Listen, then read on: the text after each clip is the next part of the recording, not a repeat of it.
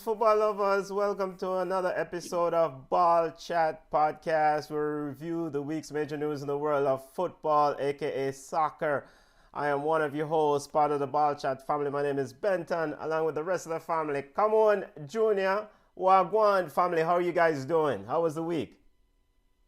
I'm good, I'm good. It's snowing, so I miss Jamaica. Come on, you're wearing funeral black, to quote Junior. Hey, Who dead? Come on, who died? good morning, Lampard. Morning Lampard. Junior, my brother, how you doing, family? Boy, I missed so many weeks, but after Manchester United missed so many chances, I had to be here. I could have missed them. Manchester United had a horrible week, football family, and Junior decided to show up. What a brave man. Regin, I thought you would hide this week, Junior. We don't hide from anybody. Football lovers, you know how we do it. Ball Chat Podcast, all about reviewing the week's major news in the world of football. It's a live and interactive show. If you're following us or watching us on Ball Chat YouTube page, Ball Chat Facebook page, or Flow Sports YouTube page, you can take part in the discussion. We have a special guest join us on today's episode. We have the former captain of St. Vincent and the Grenadines, the Vincey Heat, join us on today's show. A man who coached with LA Galaxy setup. He's also the inventor of Volley King. He played in CONCACAF tournaments, big CONCACAF tournaments, World Cup qualifiers against Mexico, Costa Rica. Played in the Shell Caribbean Cup, in the 1990 Shell Caribbean Cup. So we're going to pick the one and only Mr. Desmond Morris joining us. Desmond, how you doing, Brethren? Hi, I'm doing fine. Hi, everyone. Nice to meet you guys, and thanks for having me. Yeah. Desmond has a wealth of experience. We're going to pick his brain and talk about the landscape of CONCACAF and Caribbean football with Desmond at the top of the show. We'll also discuss ballers and bugs, highlighting the most impressive players and unimpressive players of the week. We'll discuss Thomas Tuchel, now the man in charge at Chelsea.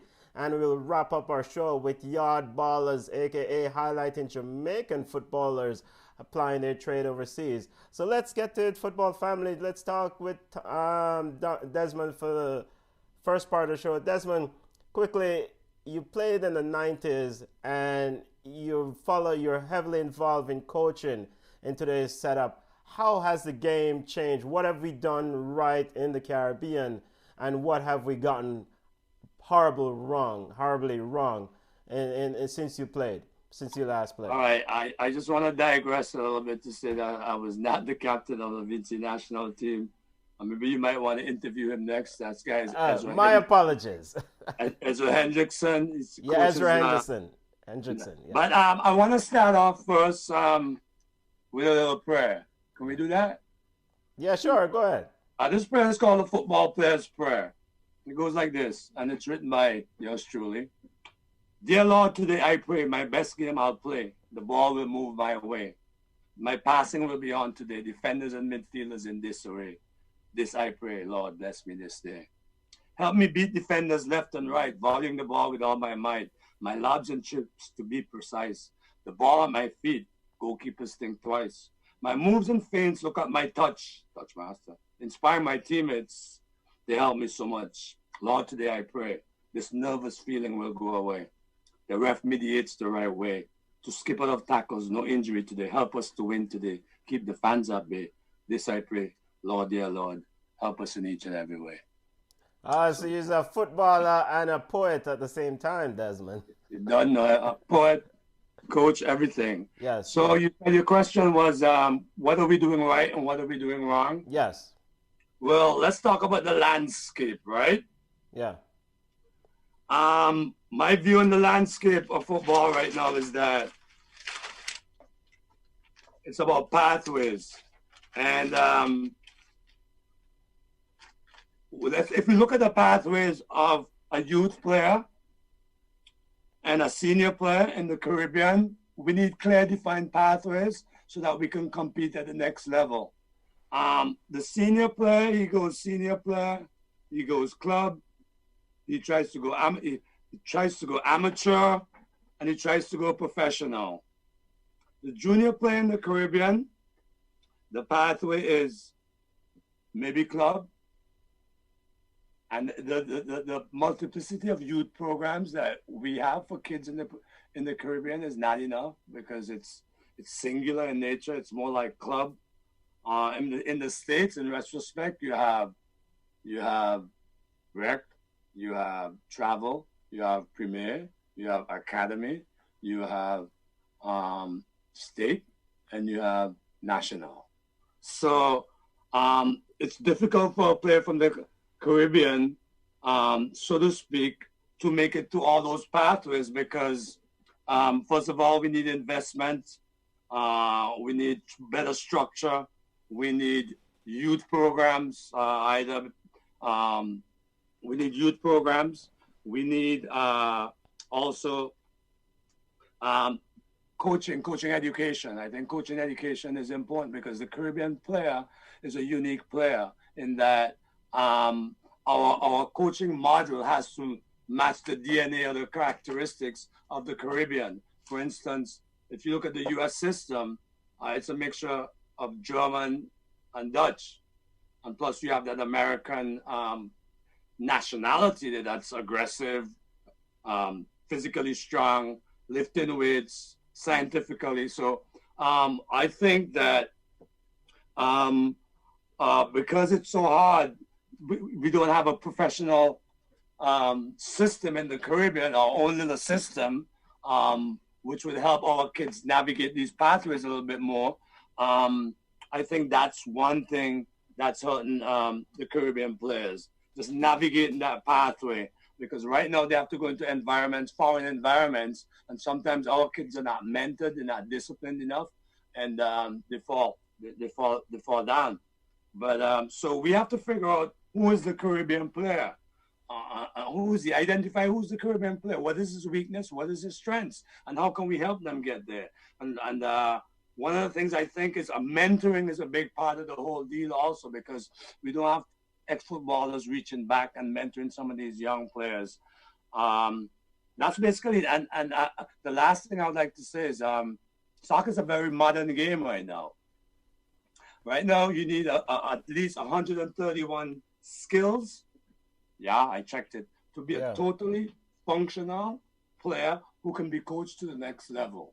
So I would say, and I'm going to stop it a little bit, I would say just creating the competitiveness of for instance, I think that we've done it wrong. We built senior football before we built youth football. Now, Jamaica's beginning to figure it out. They got a good youth structure. They got players all over the world. I did the research.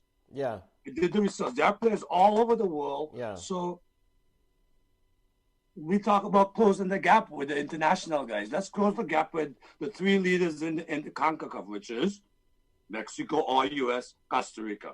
Other Caribbean nations need to come up and be as competitive, be as good. Even the teams in the islands, like St. Vincent St. Vincent has been good because we had Jamaica. Yeah. But we need the lower level players, national teams, to come up so that they can knock off one or two of these teams and make it easier. Because look at us, what's our success rate of qualifying for the World Cup? Yeah, it's very one low, World Cup. Miss two, another one. Yeah. So we really have to combine our resources as a Caribbean people. I'm talking about investment from the musicians, the this, the that. We need our own MLS team. What about that? Our USL team. So that, in short, is a few things that needs to be done.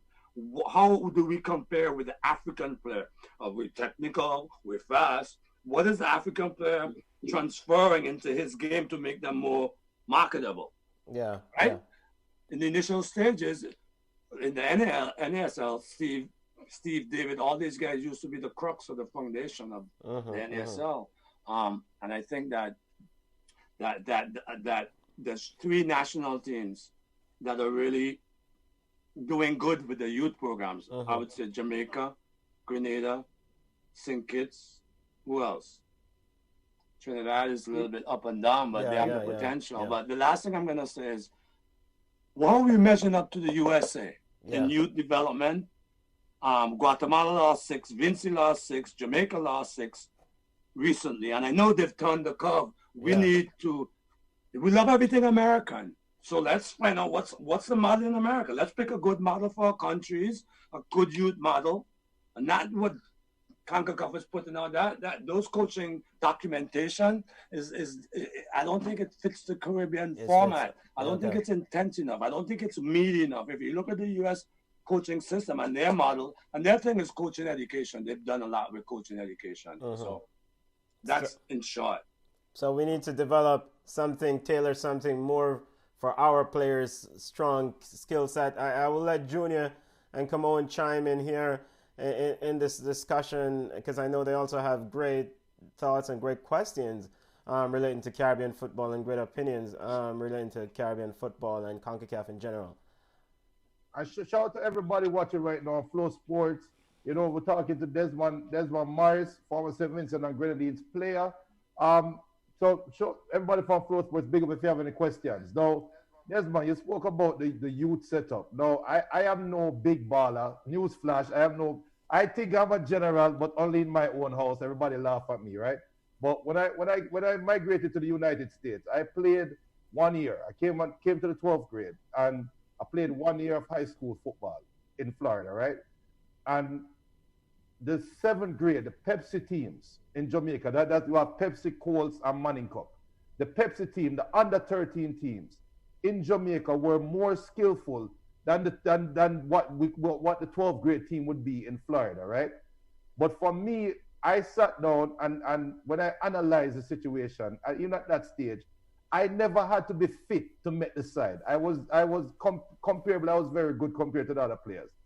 But somewhere along the line, and I can only talk for Jamaica, when a child leave high school setup, which is very competitive compared to the US setup, when they leave high school and now go to secondary or collegiate or whatever, it's almost like the competition change, where in America, NCAA is 20 times more competitive than what a Jamaican high schooler is going into leaving high school. So when you talk about the youth setup, I can only think about that. So my question to you now is, you did reference, which I think is a great idea. Why not have the Caribbean have a USL team? Well, my question to you is this. When you talk about Africans and how Africans apply their trade and get stronger and better, they generally go to France to play in League One, right? You have so many competitions there that they can branch out to. Why should the Caribbean players try to play in MLS? Why not try to play in Brazil? It's the same distance. Well, I could answer that question, and that's a great question. So remember, I said that the Caribbean countries are what? You got Dutch, you got French, you got English, you got Spanish. So we all a mixed mash of nationalities, right? So within that model, you have to figure out, and you asked a question that I was going to get right into. You have to get with the schools of thought of football.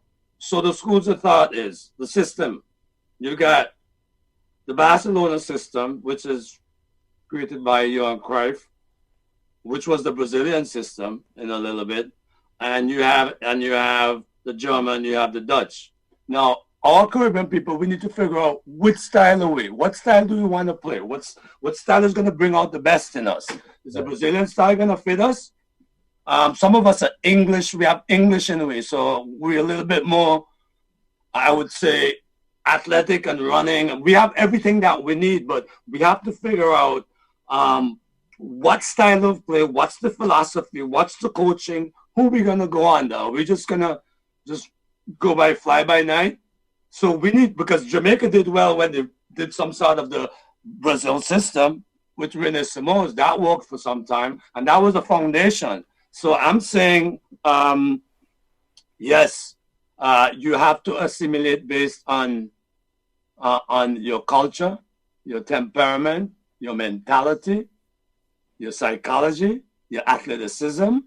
So these things have to direct you into what philosophy or coach in your country is going to go with. What style of play you're trying to emulate. I think that would be a good way to figure how do you what playing style matches your characteristics. as a country. Now, one other point I want to make. Within all of that, I'm a youth football guy. I'm of the opinion that you have to build from the bottom before you get to the top. So if you look at our systems of youth play for these kids in the islands, if we want to close the gap, either we bring in the coaches to us, or we transport all the men to play D1 soccer. You get Jamaica, a lot of guys playing D1 soccer. And what does D1 soccer do? It gives you the rudimental fundamentals with the athleticism and the coaching. Because as you can see, coaching education is very important. But my suggestion for the Caribbean is, if you want to build up the youth, you have to have interleague play. And Caribbean people got to start spending some money on football now. You have to have interleague play between the kids so they can travel to each island, or you play 3 games in the island. There has to be that other level of competition for these kids to step up to be the real groundation for what we need to go to the next level. Otherwise, we're always going to be playing catch up. Because if you look at American youth model, when you U14 American play against Caribbean, what is the problem? Some of our teams can't even get to the halfway line. That is a problem. We need to address that big gap. Because if we fill that gap up, for sure we're going to have players coming through that are technical, that are tactical, that are physical, and that are mental. And that's how we're going to close this gap. We have to close it from the bottom, from the kids from the bottom. And that's what I think. I kind of disagree when we use the US as a model when it comes to youth soccer. Because if you really run through US soccer, you really don't see a high success rate with the transition from youth to the national team. How many youth star players do you see representing the US national team? You really don't see a lot of them. So what they're doing, they actually, when you look at US, you're more think that they are really one of those teams that you're talking about that is actually starting from the top. Because they are bringing the players who don't necessarily play youth football, right? I can tell you a couple of players who started up U17, U20, U23, and where you don't see them in the national team setup. So I would use US as a model. That's just me. I would more use Panama. I've always been a big fan of Panama. Because I've seen players who have played U17, U20, U23 transition to Panama. Talk about the success of Panama is different, but they're using the same model that you are championing. So hopefully we can see results in Panama's standing. When it comes to Jamaica and the youth system, we don't have enough time from a cutboat. I am not a fan of it. We don't spend enough time grooming our players. And you're correct. When our boys, our young men, go and play different countries, you can see the difference in quality. They're not necessarily faster than us, stronger than us, but tactically aware, that's not where we are. So we will have to get an identity, you're correct. But I think identity is not formed nationally. I think it is something that the coach interjects. So, for example, our national team now, we don't have an identity. When Winfred Schaefer was there, you could see what he was trying to do, but we still didn't have any identity. We don't have it with Tapa. And I don't know of any Caribbean team that really have an identity. I think Curacao is working on it. And I think we might see little adjustments with Curacao. But in terms of Jamaica having an identity, I don't see it. And I think that's a coach's touch. And I'm interested to see if we can evolve into something like that. That is just me. But I just think that Panama and maybe you can say Costa Rica kind of developing their youth players to come up to be national team players. Not necessarily Jamaica. And USA, I wouldn't even say USA. Because if you look at even tonight's game, you really don't see a lot of the youth players in it. And then what the US national team and MLS is doing is not necessarily taken from the youth system, like the U23s or U20s, they're taken from the college. So it's kind of, I don't know how we're going to fix it. We're not a Brazil, we're not a Germany, so I don't know how we're going to really fix it in the Caribbean. All right. So let me respond a little bit on that aspect. The U.S. model. The U.S. model is several levels.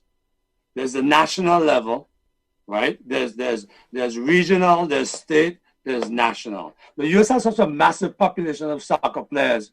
For you to expect a lot of these players to make it to the other level, it's based percentage wise.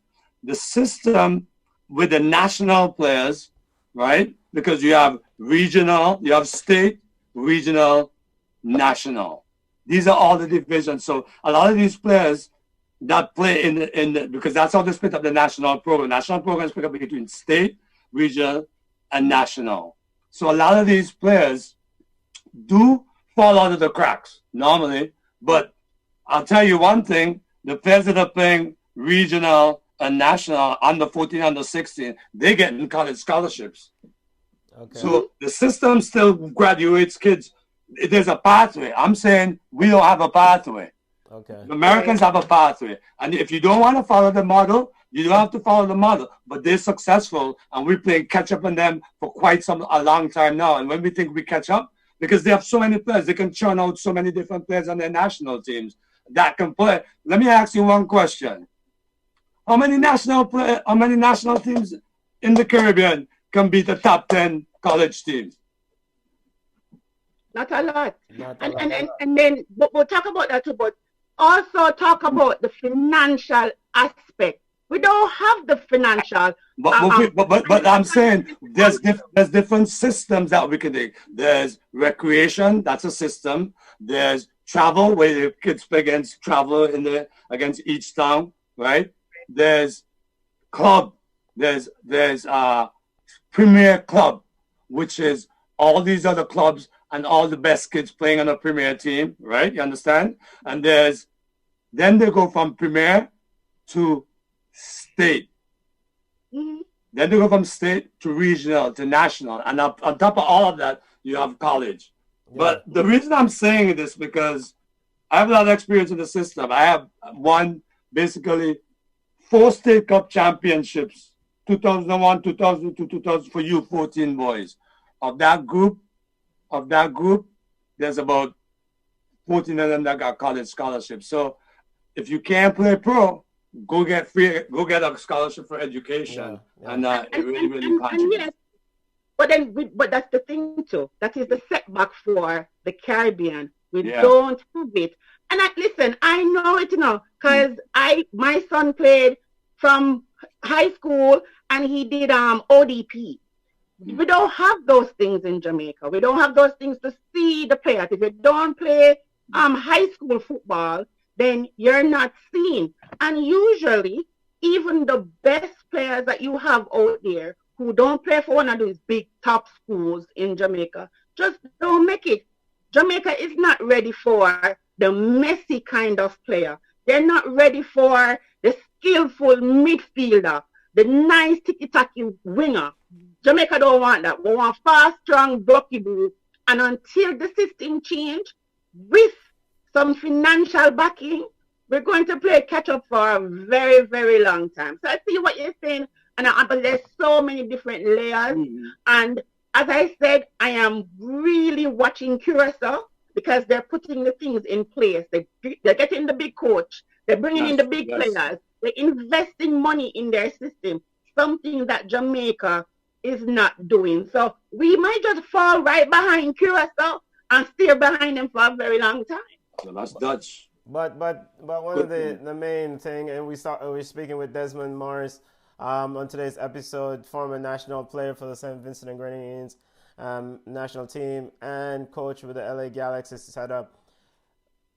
The elephant in the room, or one of the concerns, is also about long-term investment, right? For this sort of return on investment.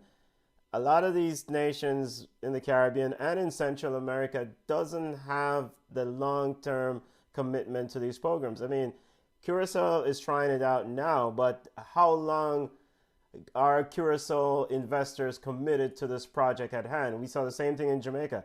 If you cannot get qualifications to the big tournament, you cannot get a return on that investment, you're pretty much hands are tied because you have limited resources financially and you don't know if this thing is going to work. So how do you address that issue, Desmond?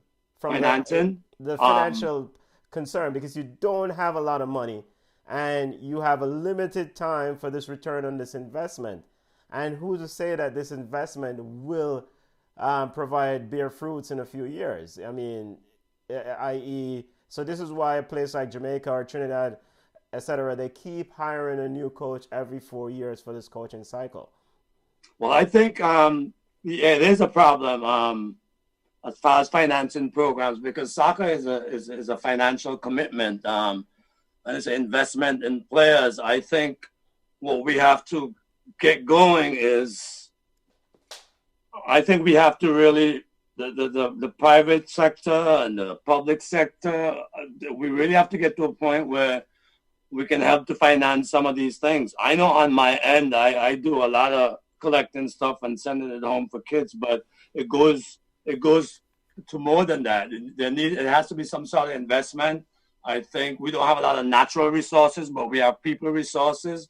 And I think at some point we will get a big star.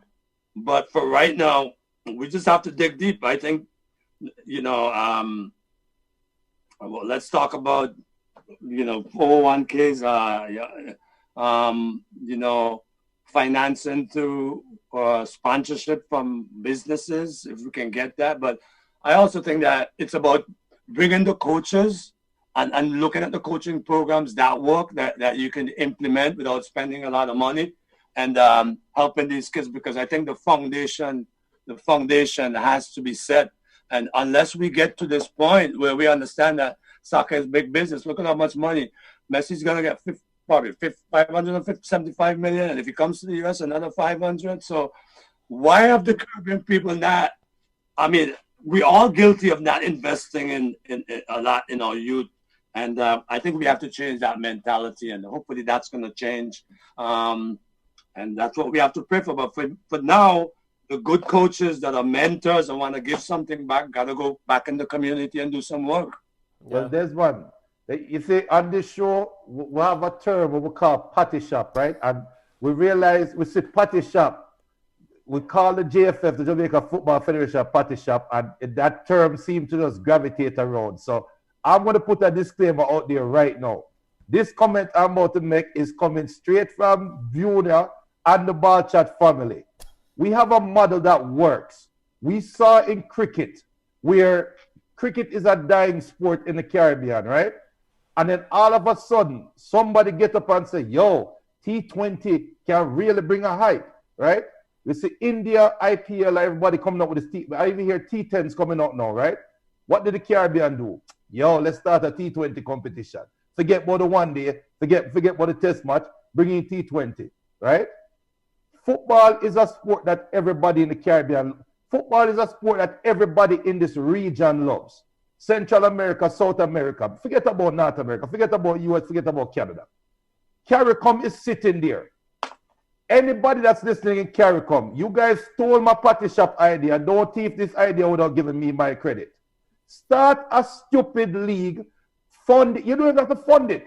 Tell every Caribbean island, I know in Jamaica we tried this about 20 years ago. There was a regional like team, like what, Cornwall, Middlesex, and Surrey. And those teams were supposed to travel through the Caribbean and play. CARICOM, tell every Caribbean country we need 2 club teams. Yeah, every country have a FIFA stadium sitting there with goats that eat the grass. Put the stadium in use. Make the people and build a team. Caribbean Airlines, nobody is buying plane tickets right now because of COVID. Guess what?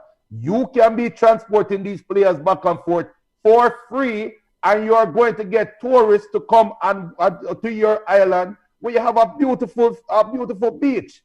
It's easy money. We're sitting on easy money. Stupid people at CARICOM. Start a league. Start a 3-month league. Start it in winter. It's this simple. Start it in the winter. Start it January. It done March. And at the end of March, yo, by the way, if you like how Haiti's club play, Haiti has a great beach in June. Come to Haiti in June. Absolutely. Come to Jamaica in June. It's so simple. Yeah, let me piggyback on that.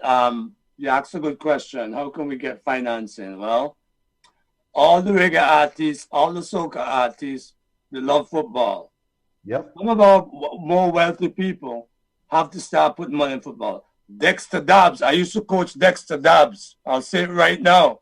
He used to play for me right in Westchester. I used to drive him all the way up to take them from Bronx, take them from Mount Vernon, drive them up to Westchester, and they play. And Dexter was a wicked baller. He could jump out of the sky. I like Dexter and them. Can we get some money? You know, and the thing is that about the pathway, the Caribbean kids need a pathway. They need a professional league, just like I played with Lenny Taylor. Yeah, he did not play with Lenny Taylor. I played with Lenny Taylor with the first Caribbean professional league. We played against Waivers. We played against Kingston Lions. I played for Hyrule Lions. I played against Tigat. I played against Hagler. I played against Zadie. That is the league. In the office. Yeah. That league. All over. We need the league again, and yes. we need to support it. And you're right. Caribbean countries need to support a profession. Otherwise, they're going to keep coming to the stands, and we're not going to be winning. We're not going to close the gap. And they're going to be looking at the players. Right now, the players don't get treated well enough anyway. Mm-hmm. Right? So they don't get paid well. I think Mr. Anderson's trying to do another league. How much support he gets for that and around the Caribbean, but that is a need. Yeah. Come on, good point. Yeah, but then for us now, so we have this new guy in charge that he is getting, he is getting the support because he says his budget is 100 million Jamaican dollars to pump into our Premier League. And so far, he's at 80% of that. So it's going to be interesting to see if he changes the dynamic where there's between high school and just like how you have high school, like you have ODP, you say you have state, you have whatever. Yes, so just like how you have the high school, right? Then you have something in the middle, and then the players them can play the young players because our big man football, a Brookfoot, whatever. So you have like a little U23 league. Absolutely. And transition to the Premier League. So if Chris is listening, Junior, see if we can throw out my idea. So that's a good idea. So if we have steps and if we have levels, then we really can move. It don't make no sense to take a 14-year-old boy and throw him in with a 25-year-old. No, age appropriate. So you don't need the private academies. You need something that allow the kid who is skillful, who can walk off the street and go in and do it. So we have ideas and we have people out there now who just coming in and seem to have the money because they have the capital because when they have the money before. Mm-hmm. So let us see what happens. But it's a good idea if the Caribbean just come through and just support each other because exactly. we look good. Yeah. So hopefully Trinidad can make us feel proud tonight because they play against USA. Yeah, Trinidad versus Stop it. Stop it. Junior, you were saying something? Come on, stop it. Yeah, we know what's going to happen to you. I told you guys a couple months ago that US team is going to be. And US team is an amazing team right now. Yep. And I told them, young kids. A couple months ago. But they are Barcelona fans. They can't see past $500 million. Okay. Let's get to some of the major. Yes, okay. We don't talk to you. But Mr. Mark, you need to come back.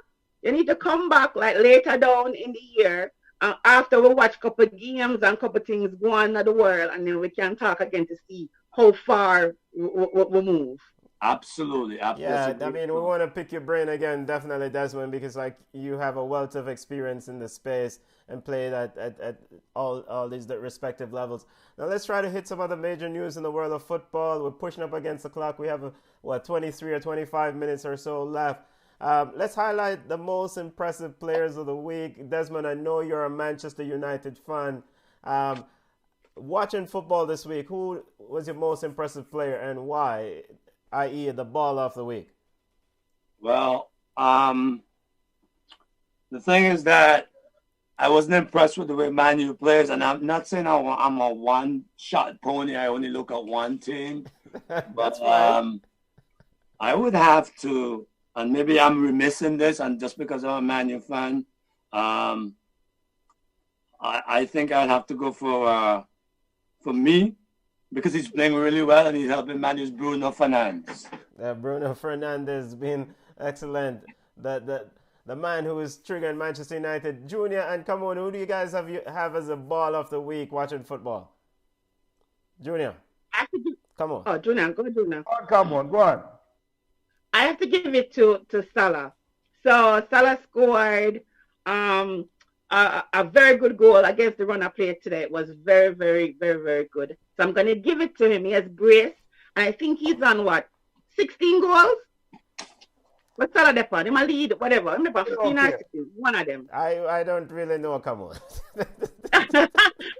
Awesome. So Salah, and I also want to give a shout out to Brighton with the win versus Spurs. So you're giving a shout out to Brighton. Junior, who is your ball of the week, family? My baller on the pitch is Ruben, the centre back for Man City. The man brings so much balance and it annoys the neighbors, but fear is fear. He has Man City playing. Fernandinho can finally play like himself because of Ruben.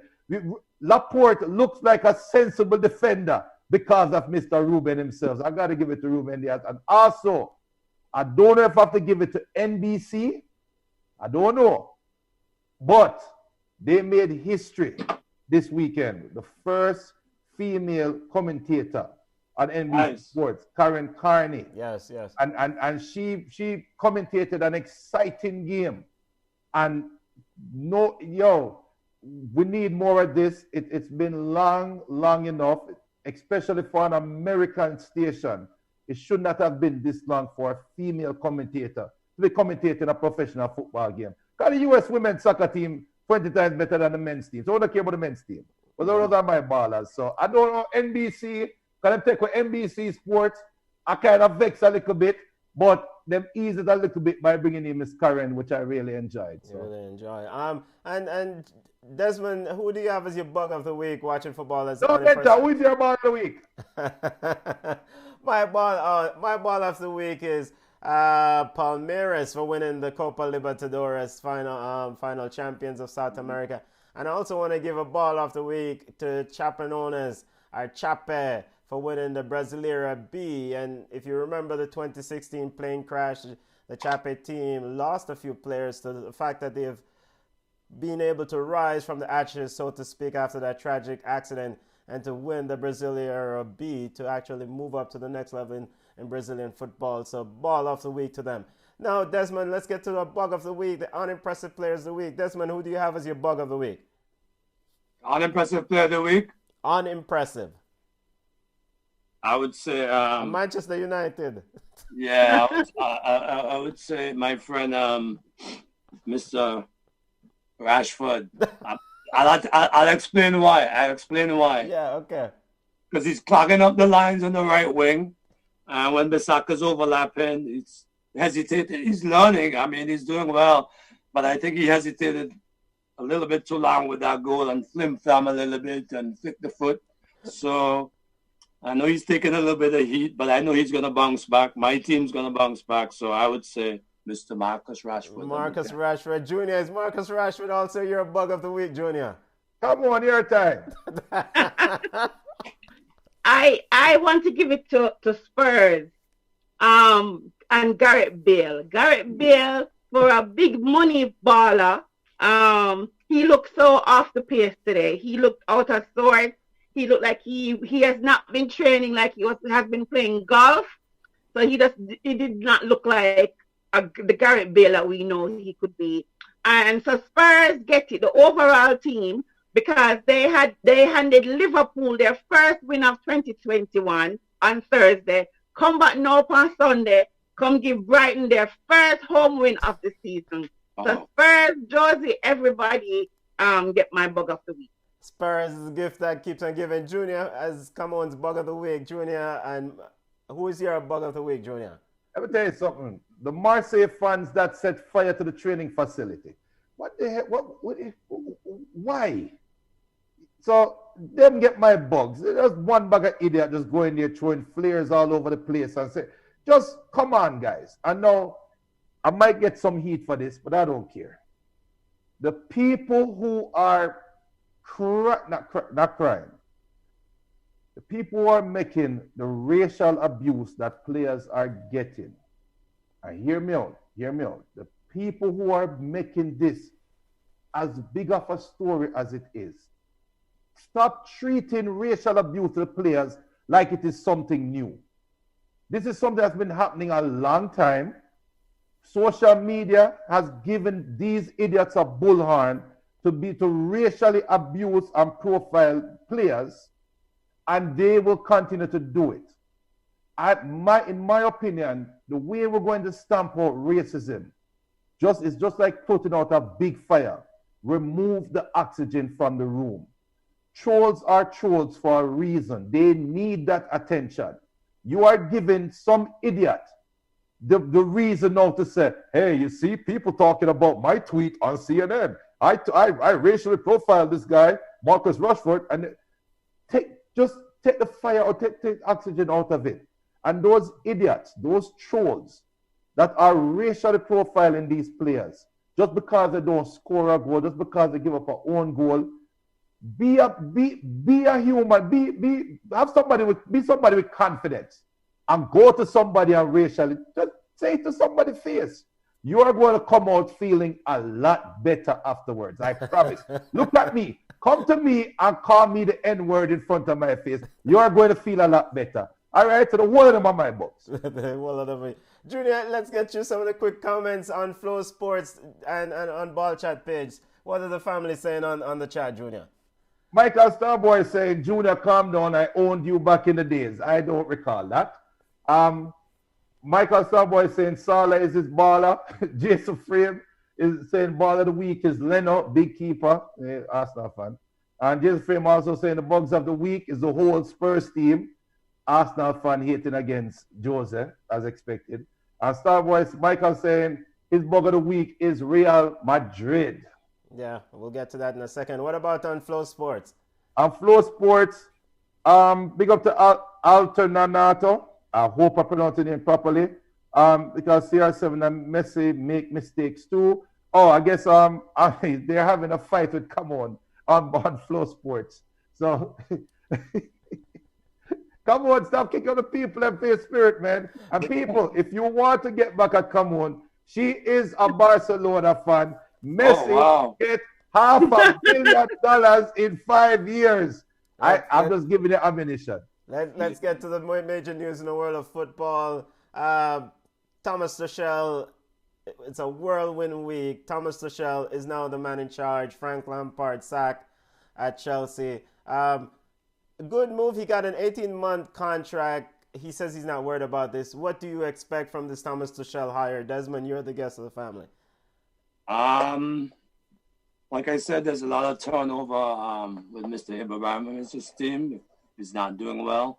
And a lot of the Chelsea fans basically wanted Frank Lampard out. I just think it's tough because a lot of professional players, they have a professional career, and it's tough to transfer into the management aspect of managing people, and it takes a little bit of time. And I think he had issues with getting consistency with his first lineup, and that fluctuated, and hence the demise of the team.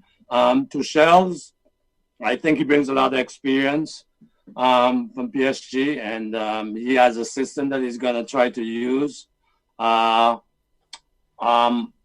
might turn around, but the league is so up and down and competitive right now that it's going to be hard. I just think that when you're a soccer coach and you're a soccer player, continuity is important. And, seeing that person there all the time for a year, 2 years, it's like, 2 years at Chelsea for these guys, the maximum turnover time. So the team is still going to reflect some ups and downs because they have to adjust to him and his style of coaching. But I think he's got some good individual talent that should be able to still come out. And he can, if he's really as good as he says he is, he can turn it around. Turn it around. Just snap his finger. Come on. You're the Chelsea fan. Thomas Tuchel was let go at PSG right at Christmas. He's been, quote in the past, has not been a fan of the politics of a club. But here he is now in charge of Chelsea, which is somewhat a political club. Your thoughts on Thomas Tuchel getting the charge, the seat at Chelsea? It's only a political club if we lose. Let's put it out there. Okay? Most Nobody clubs are a cares about political club anything when they but winning. lose. Hey, the Russian don't care about anything but winning. And I've always said this from Lampard got the job. We know why Lampard got the job. Lampard was not ready to be handed the keys to a big time club like Chelsea. He did nothing at Derby County. Allow this man Come to get on, a little bit more. Derby was sixth when he took them over, and he left with them being sixth. I mean, things didn't change.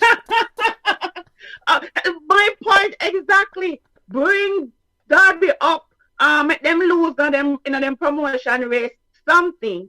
But to hand this man the keys to a big club like Chelsea, we saw where it was going to go. And Lampard he wasn't flexible enough. He was just stuck in his ways. Granted, I was thinking that Mason Mount would be on the bench, but Mason Mount come on the pitch, come prove me wrong. So maybe there's something to Lampard's madness.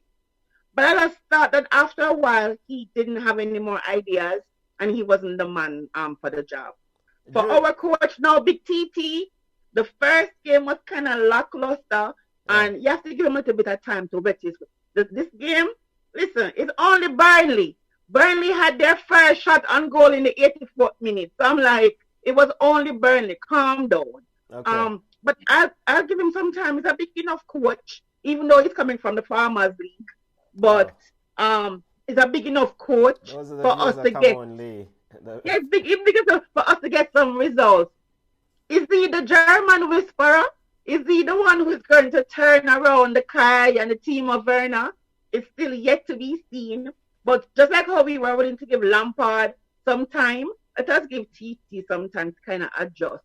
We know the Russian is only, 18-month contract? We know the Russian. If him not cut it, he got to go. And I'm okay with that. Junior, quickly, your thoughts on this hiring? Yeah, big up to Iraq Entertainment said Lampard was hard-headed. He had no man management skill. Raynard Lewis said Lampard wasn't starting the right team.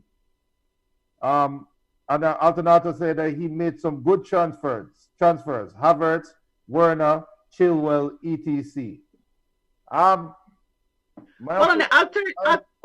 Alternanta said, Leon Bailey for me. What, your baller for the week? There's a question out there that said that who is the most exciting and best young Caribbean player? That's a question to the group. So think about that. Both in the heads. But so we answer that question before we leave. But Tuchel, why was Tuchel let go at PSG? He couldn't win the Champions League. Do not stay out of our business. Do not stay out of our business. Can you have some struggle? No, anybody can coach PSG in France and win League One. The person who's supposed to be sitting down now saying what the hell is going on is Allegri. Why isn't Allegri the coach at Chelsea? Now, there was some foolishness last couple of weeks when the writing was on the wall when we heard, maybe Werner needs somebody that speaks German to help him play better. And we laughed at that stupid comment. And look at who they hired, a German coach. Mm-hmm. Let me tell you something. I'm giving Tuchel 12 months. 12 months. And then somebody going to come in, Pulisic, gone. Mount, gone. Werner, gone. Havertz, gone. Trust me. I've given them 12 months. Okay, Junior, thoughts on... I'm 18, can contract at 18. Yes, before right after the transfer market. All right, let's get to games on the field. Manchester United had a horrible week, Junior. A really horrible week. They lost to PSG. They lost to Sheffield United, and they tied to with Arsenal. Your thoughts on the week for Manchester United as the table is up? I personally don't think it's a horrible week. Okay. You guys want to troll us so bad. All right, my bad. It wasn't a horrible week. Let me tell you something. The Ball Chat family, the members of the Ball Chat family are all sensible. The Manchester United fans are sensible people. We know Manchester United is overachieving right now. The only thing that we have proven when Ole takes the team to the number one spot for any period of time in the Premier League is that Ole is learning how to coach. Now, on the field, I think, sometimes it's try not to lose one game twice. I think Manchester United, the players had a learning experience when after defeating Liverpool, they took too big of a step back. And my thing to Ole is this. Why use the same team basically to play against Sheffield 4 days after playing against Liverpool twice and beating them in the FA Cup? Why not give a... That is a game where Daniel James supposed to play, Lingard supposed to play, Mata supposed to play. Why are we playing our best? Why is Pogba playing 3 games in 7 days? And we expect them to win? Come on, man. Because Pogba is in the shopping window. Man, shop himself. But I roughly saying Chelsea, Mums, this is the Burnley team who just turned over Liverpool and Aston Villa.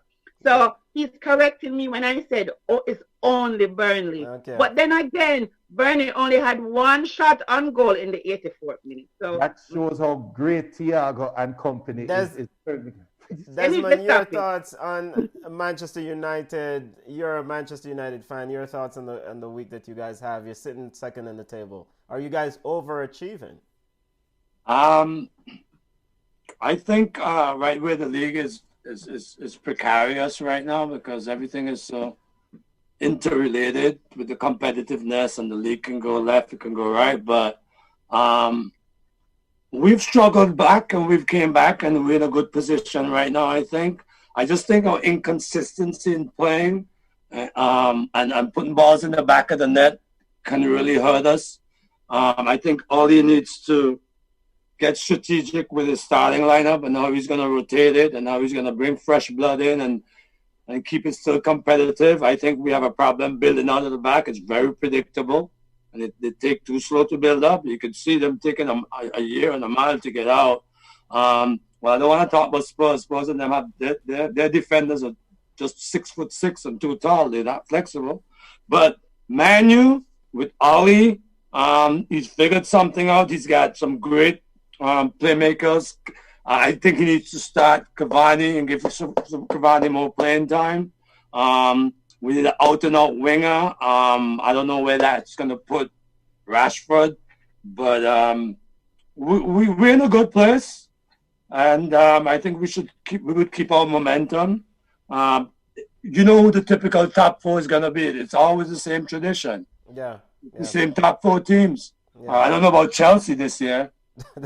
If they can keep a coach, they might get somewhere. But Manu's going to be competitive because I think when Bruno and Cavani and Pogba, you need 7 functional players. The 4 can be runners, but they have some depth, and hopefully they stay within striking distance and keep the thing competitive and keep it going. But it's the EPL. And it's exciting. One day you're up and one day you're down. Yeah. One quick question. Because I hardly get to speak to sensible Manchester United people on this show. Thanks for the compliment. Let me take the opportunity now. Cavani striking, and with Cavani's ability to run, in my opinion, Daniel James can be fruitful for Manchester United with a Cavani. I think Daniel James suffered because he doesn't have a striker. Marshall is not a striker to me. Rashford is not a striker. Cavani will run with him, put himself in position. What do you think about that? What do you think about the wing play at Manchester United? Well, I love wing play, and that's what the English league is all about, right? So, if I was Mr. Solskjaer, right? And you know what? They just have to give me a job and I'm ready for it because I can do it. I would take Radford and put him as a wide right. I'll put him wide as a wide midfielder because he clogs up the traffic, but he needs that lane to run. Daniel James, yes. And you know, he has to learn how to use his players, max them out, and get the players that have chemistry on the field so that you work easier. You're not working as hard when you have chemistry. Look at Pogba yesterday making that nice back flick. Wow. Flicks, tricks, and gimmicks. That's a touch master system. But I think he has some play that he can use with Daniel James and use him in a creative way to bring him in the team and make them more effective. Now, I want to say this Jesse Lingard have Vinci roots. You know, I'm from Vinci, right? Jesse Lingard's grandparents is from St. Vincent the Grenadines, you know. So I'm sad that they're gonna be shipping him off. But his demise has been, I don't know what's going on with him, but I think it's family business. But we're going all the way to the end, man. So all you detractors and all you haters, watch the ride. Everyone goes to the end, Desmond. It's not about that. All the teams going to the end.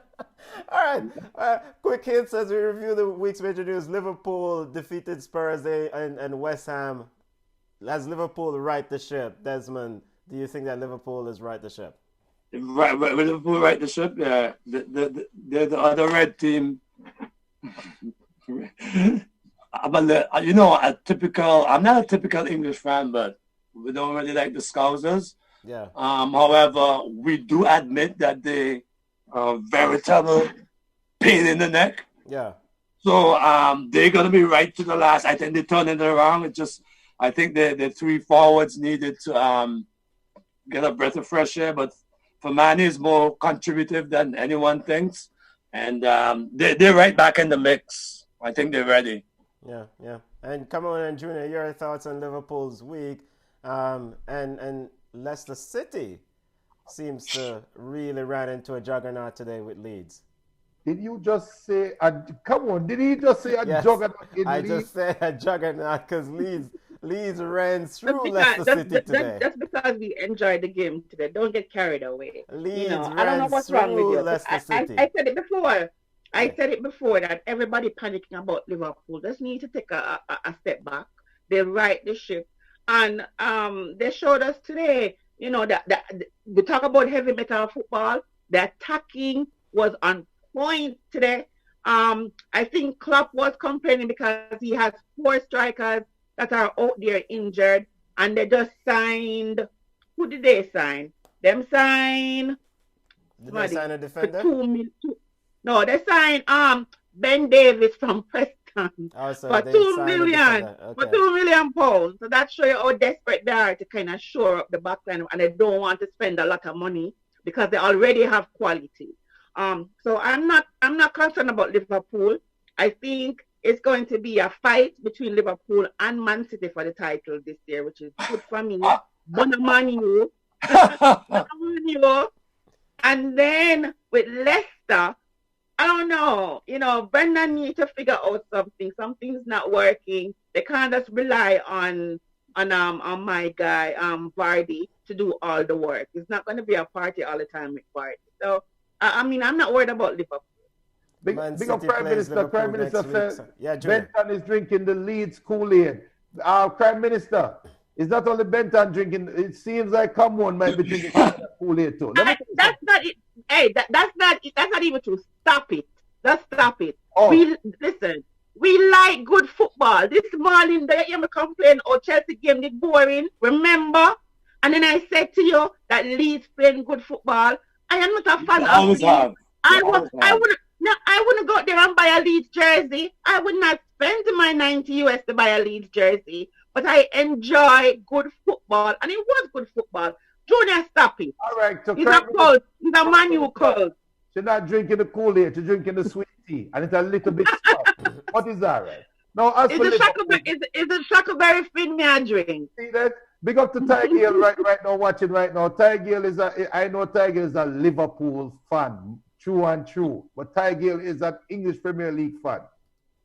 What Thiago has learned today in the win, what Thiago has learned today is that the Richardson tackle is not a Brazilian going up against a Brazilian turned Spaniard. That wasn't a one-off.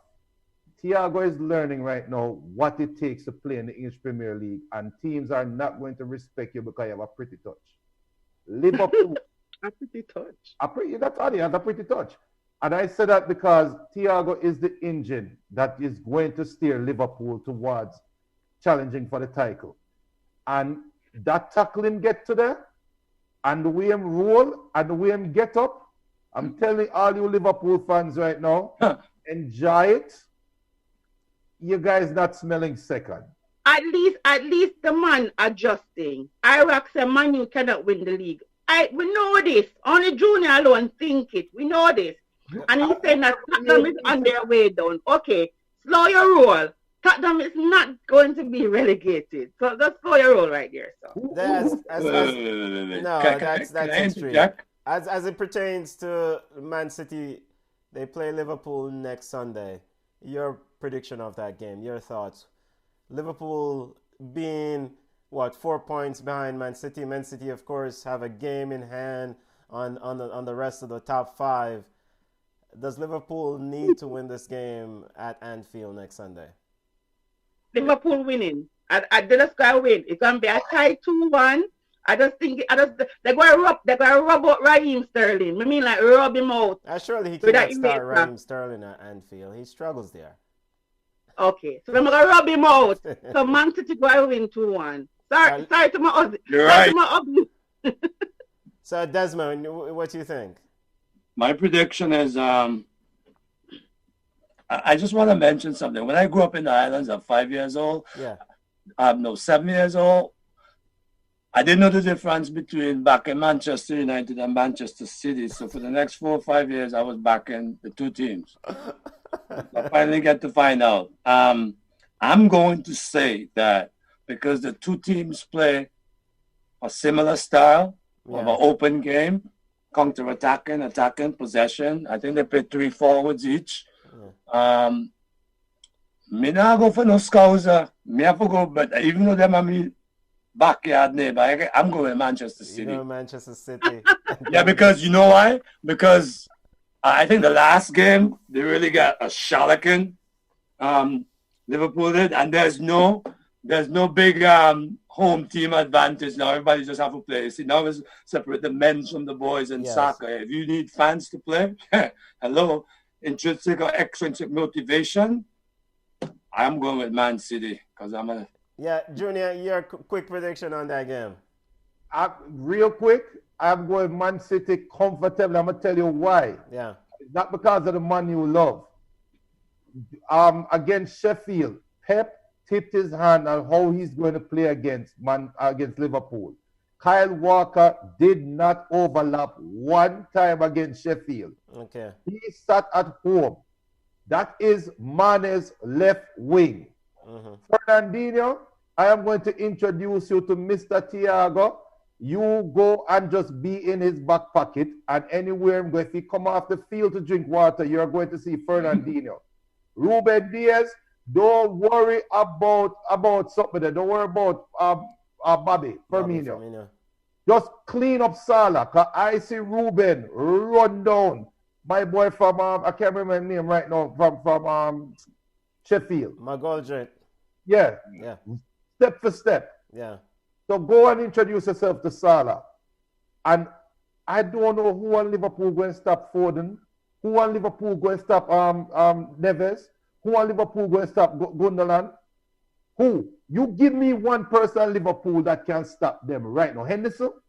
I'm stopping the foolishness. Yeah, Liverpool. Klopp's gonna have to figure out a way. We're pushing up against the time, but we want to touch another topic quickly before we go, family. It's always great.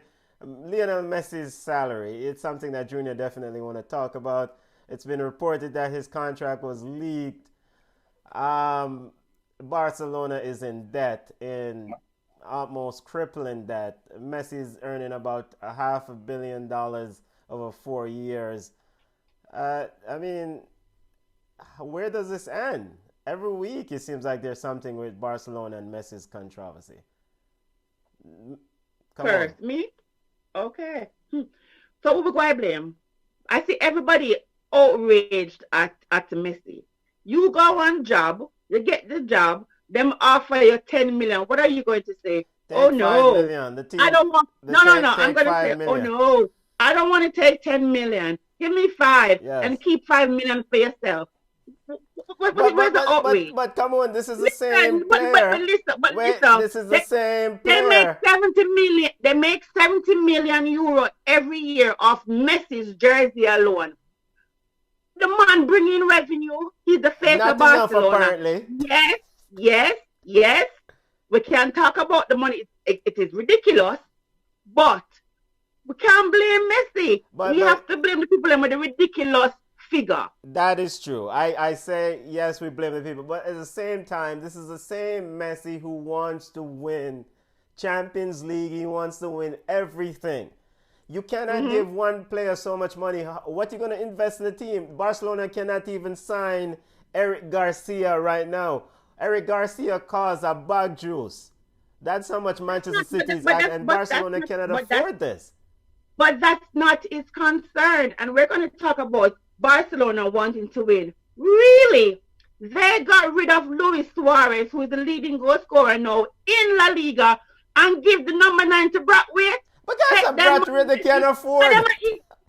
I mean they can't afford.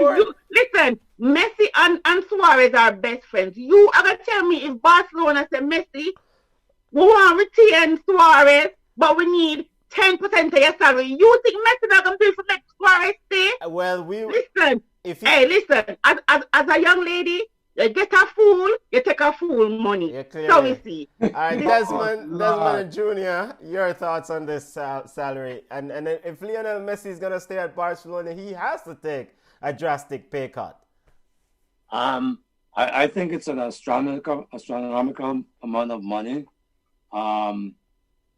And it's what are you giving away? You're giving the cost of winning to keep Messi, because he obviously is going to have to take a salary cut so that they can get some players, because I think Barcelona is going to run into problems. I mean, what do you value most, winning or making money or losing money? His contract has $117 million loyalty fee in it. Yeah, loyalty fee. What kind of foolishness is this? I don't know. You pay a man $117 million to be loyal? We still can't. I think it's going to affect the whole thing. We have to blame the stupid board. And on top of that too, God. If you're talking about getting rid of Messi, you have to pay him out the remaining of his contract. Well, the contract ends in June. Come on, you don't have that bill will be off the books. So it's weird then. So now all of a sudden, why is this being released? Is who are trying to sabotage the ball? Yeah, somebody is released. Out in public? There are 4 copies of the contract allegedly available. Of course, one is to Messi, one is to Messi's law firm, one is to La Liga, and one is to Barcelona. So somebody, I suspect, is Barcelona that's leaking the contract. But Benton, on the flip side, it kind of shows our people in our region and our young players. You got to be motivated. You got to work hard. I don't know if they're gonna get to that height of their trade, but look at the money that's in football, and exactly. How can we help our people and our young players to get some of this pie? I mean, I think we really have to help these young players, and a big part of them, sometimes they have the skill and they have the mentality, but they need mentoring help. They need examples. They need the training. They need the education as far as nourishment and nutrition and scientific training. Soccer is not just going out there and playing on the field. You need team psychologists, team psychiatrists. Yeah. And there's. I'll tell you why you need team psychiatrists. Because Junior, I know you're waiting to chime in. Junior, go ahead. Yeah, but that's good. I'm good. Big up to Desmond for being so brave. I will not get involved in no Barcelona camp. With $500 million, Messi cannot only censor ball chat, he can censor me permanently. So I am going to keep my mouth shut. Messi, you are the greatest. You are the king. You are the boss. You're better than Cristiano Ronaldo. I'm going to go out and say it. You're the greatest ever, Messi. You can't blame Messi. I will defend Messi. You can't blame him. And yes, you have players who are good and talented. Like in the USL, I'm making $25,000 to the year. So when you hear this, you're like, it's ridiculous. But it's recognition. They get back 70 million euros on jersey alone for him. So I can't blame him. You cannot blame him, Benton. I blame Messi. I was going to leave it alone, but we are living in a pandemic. Yes. Right? The cost to create a COVID-19 vaccine for one dose is $19.50. right? With Messi's contract, he can Okay, vaccinate Julie, they can cover the cost of something. 641,000 people. You know how much people in Jamaica. Yeah, that is. That is ridiculous. That's speaking of players, Caribbean players who want to aspire to this great heights of earning not necessarily Messi's lucrative salary, but something that's familiar, are in that ballpark. Winifred Schaefer, former Jamaican coach, did an interview and he said the players are not mentally ready enough in the Caribbean. And among other things, I want to hear your thoughts on this, Desmond, and among the football family. Winifred Schaefer said that it seems like we have the island, we have the breeze. How are there more players from Cameroon that are aspiring or have gotten to play overseas because life is more difficult, whereas in the Caribbean, we're chilling, we have our beach. We should be moving our players on. Your thoughts on that assessment? And he had quite a very strong opinion of what's going on in the Caribbean. Well, I just spoke about psychiatrists and psychologists. It is true. We have technical, physical, tactical, mental, and these are the concepts of football. So I've been in the Caribbean a lot. Just think of this. Kimon, when you come to America, you have to play in rain, snow, summer, everything. What does that give? Mental toughness. When you go to college, you got to play in snow. I played in snow. So the Caribbean players, unless you live in Florida. the Caribbean players need to be taken out of their comfort zone. Lot. Work with. Yeah. Hold on, let me finish. Yeah. Work with mental toughness, fatigue. It's just like training. There's a reason they call it training in football, because you train like an army guy. You run in rain, you run in sand, you run in mud, so that when you play, because when we played against Honduras, guess what? It was a sunny day and it started raining. So you know what happened? We were dominating the game, but when it started to rain, guess what the Honduran players were doing? We were scooping the ball out of the water and volleying it. We were kicking it through the water. That goes mental toughness, environment, training. Yes, they're not mentally tough enough. You can't blame our boys for that if we're not used to rain and scooping the ball. And you can't blame our boys for that if they're not used to snow. We don't have snow. When it touches 68 degrees in Jamaica, them pull for sweater and socks. What about when the US take them and put them in the snow to play? Yes, exactly. That was tactical. That was but this is the thing, yeah. But this is the thing too. And I understand what you're saying. But it goes back to our young players with no support. No support whatsoever. So you're in high school, because I know a couple of them. You're in a high school. The coach's main focus is to win games. So I don't care if you want to use your less dominant foot, which is a left foot. Him want to know, so when you kick the ball with your right foot, is a goal. Him win the trophy. Him don't care if you want to eat porridge for 3 times for your nutritional support. So it's different. So we can blame the young men, but we also have to blame the people who we put in position to mentor, support, and coach them. So it's a two-way street. I see some players who I know can do well overseas, but when you talk to them, no, I don't want to go Israel. No, I don't want to go Finland because I don't know the language, I don't know the food, I don't know my family. But we can't blame them too much because they were not given the support. His mother cooking. Yeah, but that's the thing. Yes. You're goal setting, but you're not developing. Yeah, yes. It has to be a developmental plan, a pathway. Where does the kid get when he starts at 7 and he's a serious talented soccer player? He's a little Messi too. Where does he go from 7 to professional? There's so many pathways. There's so many things in there that he has to go through, and we need to make it available for our Caribbean players. It's like you're sending them to a war and you're saying, "Oh, well, we don't know what's in the war," but you know what's in the war. Yeah, yeah, Mhm. yeah. So that's what the mentoring is. Messi, but when Messi moved, his entire family went with him, right? So he got the support. So what's our guy name again? Keith Kelly. Yeah, I Keith don't know if Kelly. you remember Keith Kelly. When Keith Kelly at 15, 16 had the opportunity to go to PSG, if Keith Kelly should come on the program, I'll have him talk about it. But he was there by himself at 15. You're never going nowhere before in your life. Never go anywhere. So you are sent all the way to PSG by yourself. You don't know the language, you don't know the food.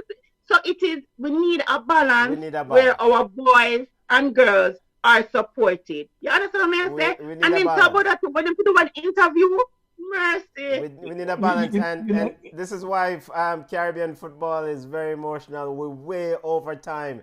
Junior, your comment, Junior. We're way over time before we go to yard ballers. Junior. I have a question for Desmond, and I'm sorry, I have to do it. Desmond, put yourself, when you were 25, and you were playing for St. Vincent and Grenadines, if a German coach that went to Cameroon and coaching Cameroon and coaching some little fufu Caribbean island come out and said, I don't know what's wrong with the players in the Caribbean, they are not mentally tough. You as a 25-year-old, not you as a seasoned veteran right now that have all this experience, how would you have reacted to that comment at that time? Well, Junior, I think when you grow up, if you get into the right situations and the right environment and the right teaching, because I'll tell you why I'm saying this, you will know yourself. That's why the Caribbean baller has to know himself. When I tried out, I was always a walk-on. Right. So am I mentally tough? Yeah. Absolutely. So I think, can we teach kids to be mentally tough? Yes, we can. But I know it's a negative thing coming from a coach that says, "Oh, I got no touch," or you know what I mean? That's like Zlatan telling my boy he's got no touch. But from that perspective, it could be a negative connotation. But our whole lives we've been turning around negative connotations and making them into, because when somebody tells you something like that, you have to turn around and make them know that you can change this and you're not that person. So I think it's our job. We have a big job to play in the Caribbean, guys. The mentoring aspect is not there. And all kids need to know, like these soccer moms, and I would say these white soccer moms, sorry, I apologize. They support their kids right through. They drive them here, drive them there, and until the kid drop down and the coach cut him, that's it. So that was where my question, because I think before we get to Winifred Schaefer's comment, I think we all as a Caribbean people need to take a step back and say, why is a foreigner coming in and saying that about our players? And the answer to me is simple. Not because a little brother, a little 12-year-old is playing amongst 18-year-olds in a business house, six-a-side football league, we should now crown that person as the next Cristiano Ronaldo. We should not hype these young players to think that they are bigger than they really are. Me and come on, always fight about this. Sometimes we agree, sometimes we disagree. But I think we're putting these young players up too soon before they reach anywhere. And they feel like, as a community baller, you are the best baller ever. We need to cut that pedestal down a little bit, in my opinion, because, and you know, Desmond, and come on, Noah, Benton is supposed to know, in the U.S. system, especially in high school, they have a thing named conditioning, which is 3 months before you even touch a football. And the first thing... Hell week. Eh? You call it hell week. Yeah, and the first thing the coaches tell everybody is you have to be able to run a mile in 4 minutes. Some places... 2 miles under 12. And that, well, for we, it was 5 minutes. We had to run the mile in 5. That means running, and for all the people who don't know, running around a 400-meter track in under a minute per lap before you can even touch a football. But we are giving some little bang belly youth we can pile a man or salad a man and say, you're ready for football. Let me tell you something. The biggest shock for me was when me leave Jamaica and come America and stand up on a big field and a brother said, make a run. And when me look at the space where he want me to run, me say, run, go where? That's not my style of football. We learn to play football in a 6-yard box. Americans learn to play football from sideline to sideline. 18 to 18. In the 18 box. Yeah. So yeah, but there's a difference. But there's a difference between hyping and encouraging. And that's where we need to understand and differentiate. You can encourage somebody who is with potential to be the best footballer that they can be, versus we hype them and tell them, say, you already reached when they only score 6 goals in quarters. Or they're at the top scorer in the Jamaica Premier League. Because when you go USL, which is the low tier, when you call League One, you're ordinary. So I understand. But we have to support our young players and we have to lift them up too. And we have to say, listen, you are just as good as, but you need some work. So I like Coach Schaefer. He's a very nice person. But there needs to be a balance. And while we have to put some of the blame on the players, we also should put the blame on the people who are responsible for elevating the players. We talk about football all the time, and that's my biggest issue. But next day, because Benton have a fika we're running over. Benton, let me just say this. Yes. Soccer is 80% physical and 80% mental and 20% physical. Yeah. So when we travel to Mexico and we have to play in front of 70,000 people in a stand with 15,000 riot police, that's where the mentality comes in. Can you play on an empty stomach? Can you play after traveling for so long? That's the problems that us Caribbean players have. I'm not saying that he's right, but there's something going on with the mental aspect of the game that we need to address. And those things are addressed in academies, youth academies. Yeah. We're going to have to get you back on, Desmond, because this conversation have to continue. We have to collaborate and work to address some of the issues that we see. Quickly, come on, let's get to Yard Ballers, highlighting Jamaican players. Quickly, you got 2 minutes, come on. Deshaun Brown scored for his team in India. So Deshaun scored a brace in his team's 2-1 victory. I think that was his first start. So Deshaun is really, taking off. I just saw something that says Darren Mattox has signed for Al Merrikh in Sudan. So I saw that from the English version of Al Merrick's website, Twitter account. So if that's true, Darren is 30 years old. So let us see, what he can do. Yes. Same place that Alva's gone. Alva's power signed for Al Hilal in Sudan. Or Qatar or Saudi Arabia. I thought it was... It's Sudan. Sudan. Okay. Who? I thought Sudan, there's a military issue. No, I think that's South Sudan. Okay. They're saying that North Sudan is good. So Alvas is there, and now it's saying that Darren Mattox is actually in Sudan. So they can't confirm it, but that's what I got from the club's Twitter account. It says Darren Mattox is a red. All right. So Addison Swabian ace Roma defeated Fiorentina 4-0 in the Coppa Italia quarterfinal first leg. 19 goals in all appearances for Khadija Shaw this season. She scored in her a brace in her team's 5-0 victory. Bobby Reed Cordova now has 7 goals for Fulham. It's Fulham, but okay. Good job, Bobby. Lamar Walker, formerly of Portmore United. That mistake is Fulham. Lamar Walker of formerly of Portmore United, and Jashawn Anglin from Harborview have signed for FC Miami in USL. They now join Sean Franklin and Devon Speedy Williams. I think that they released Brenton Griffiths. I don't know if Brenton is going to be re-signed, but it looks like it's a all-star Jamaica team down in Miami. Mm-hmm. Kevin Frater scored a wonderful chip for his club in Israel. They won 1-0. If you have not seen it, go on Kevin's Twitter account and look at the goal. It was really, really good. As I said, Alva signed for Al Hilal in Sudan. I heard that it's a deal until the end of the season. And Houston Dash have signed Reggae Girl, Denisha Blackwood on a 1-year deal. So that's good. Reggae girls are finding clubs. So hopefully they get sharp and stay sharp whenever the qualifications roll on. Yes. Yeah, excellent, excellent. Desmond, thank you for joining us. Thank you for really appreciate you joining us. It's a lively discussion. We want to have you back on the show to go down memory lane and talk about your playing days in the Caribbean Cup, etc., etc. How can people get in touch with you? I know one of your products, the Volley King, is widely being sought after. How can people get in touch with you? Actually, I have a little thingy over there.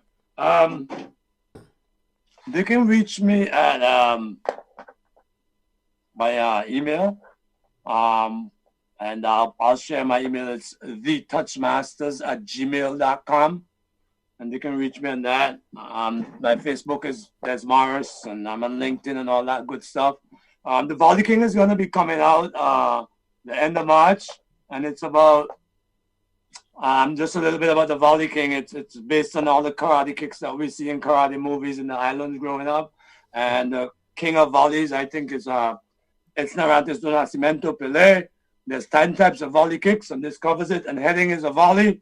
I have a Vimeo on the Volley King, and it's an art. If you notice, when people hit volleys, they look at Pogba's volley. When you connect a volley properly, it scores, and it just takes constant repetition. I just want to say that I'm proud of Jamaica because you got 30 players in the USL, 7 in the EPL, 7 in League One, 11 in League Two.